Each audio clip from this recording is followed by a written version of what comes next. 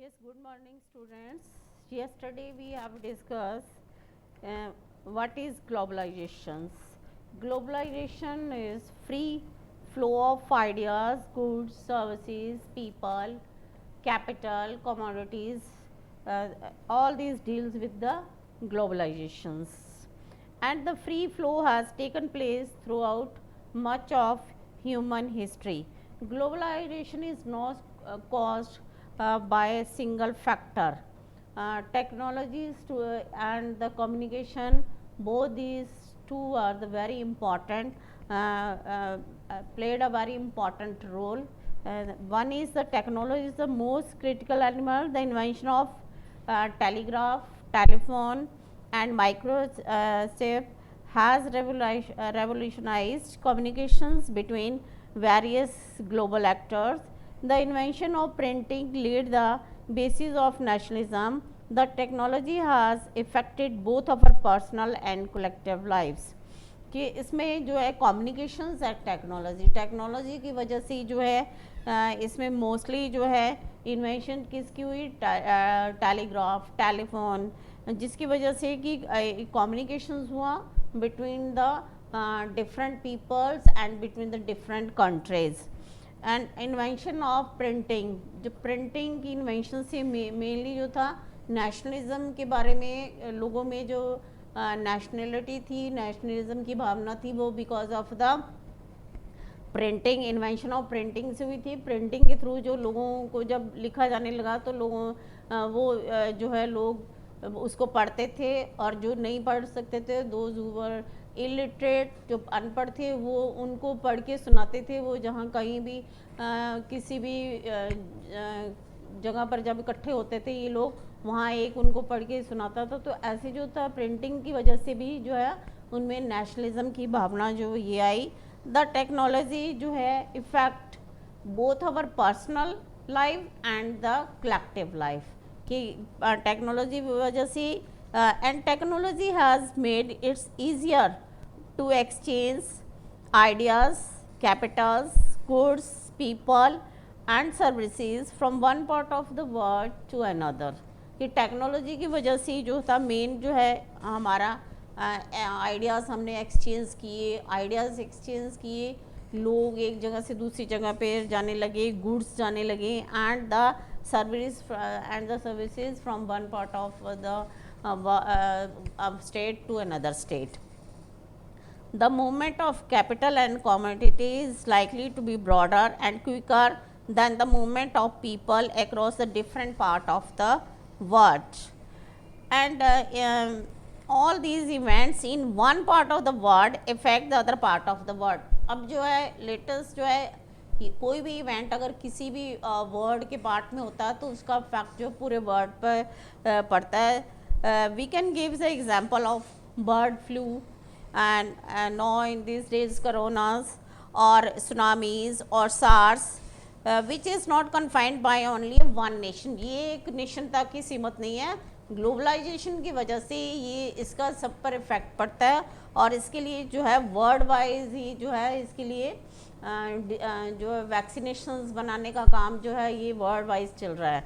And it has affected the world as a whole. Like was any major economic event would have an immediate impact the local, national or regional, environmental at the global level. कि कोई भी economic कोई भी events जो होता है उसका जो इफेक्ट इमीडिएट इफेक्ट होता है. इमीडिएट इफेक्ट लोकल होता है, then national and then international पर जो है इसी की वजह से इफेक्ट जो है होता है. एंड ग्लोबलाइजेशन जो है इसमें politically and economically and cultural multi dimensionals हैं. इसके कॉन्सेप्ट जो है मल्टी डायमेंशंस हैं. And now we discuss the political consequences. One main is how does globalization affect traditional conceptions of state sovereignties. One is the globalization result in erosions of state capacity, and that is the ability of the government to do and the what to do. All over the world, the old welfare state is now giving way at more to more a minimalist state that performs certain core functions such as the maintenance of law and order and the security of its citizens. कि आज जो है mainly जो है capacity जो है उसकी कम हुई है state capacities.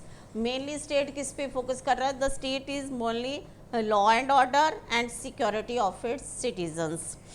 And in the place of the welfare state, it is the market that become the prime determinants of economic and social priorities. The entry and the increased role of multinational companies all over the world leads to a reductions of in the capacity of government to take decision in their own.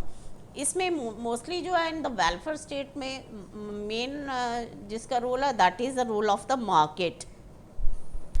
And the entry of the multinational, then the role of the multinational companies all over the world lead to the reduction of the capacity of the government to take decision on their own. कि इससे जो है क्या हुआ है कि multinational company जितनी भी आई हैं बिकॉज ऑफ द ग्लोबलाइजेशन, इससे क्या हुआ है कि मोस्टली द रिडक्शन हुई है किसकी? The capacity of the government to take decision on their own.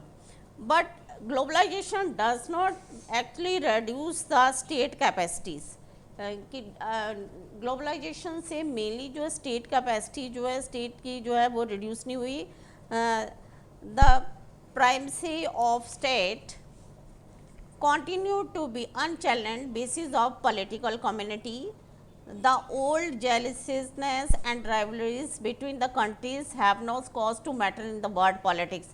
कि वर्ल्ड पॉलिटिक्स में जो है आपसी जो स्टेट्स की में जेलसी है, आपसी दुश्मनी है, वो वर्ल्ड पॉलिटिक्स में कोई भी जो मैटर जो है वो नहीं करती है.